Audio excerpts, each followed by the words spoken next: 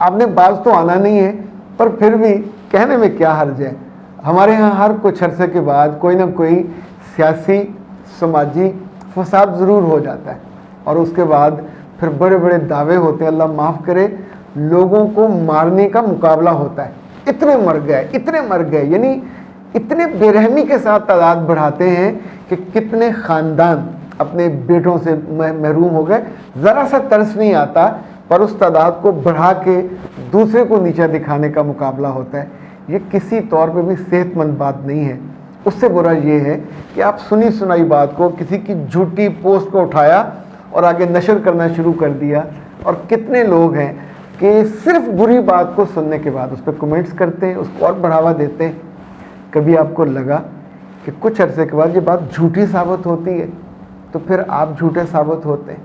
तो अगर उस लम्हे आप जरा सब्र कर लिया करें, उस लम्हे को गुजर जाने दिया करें।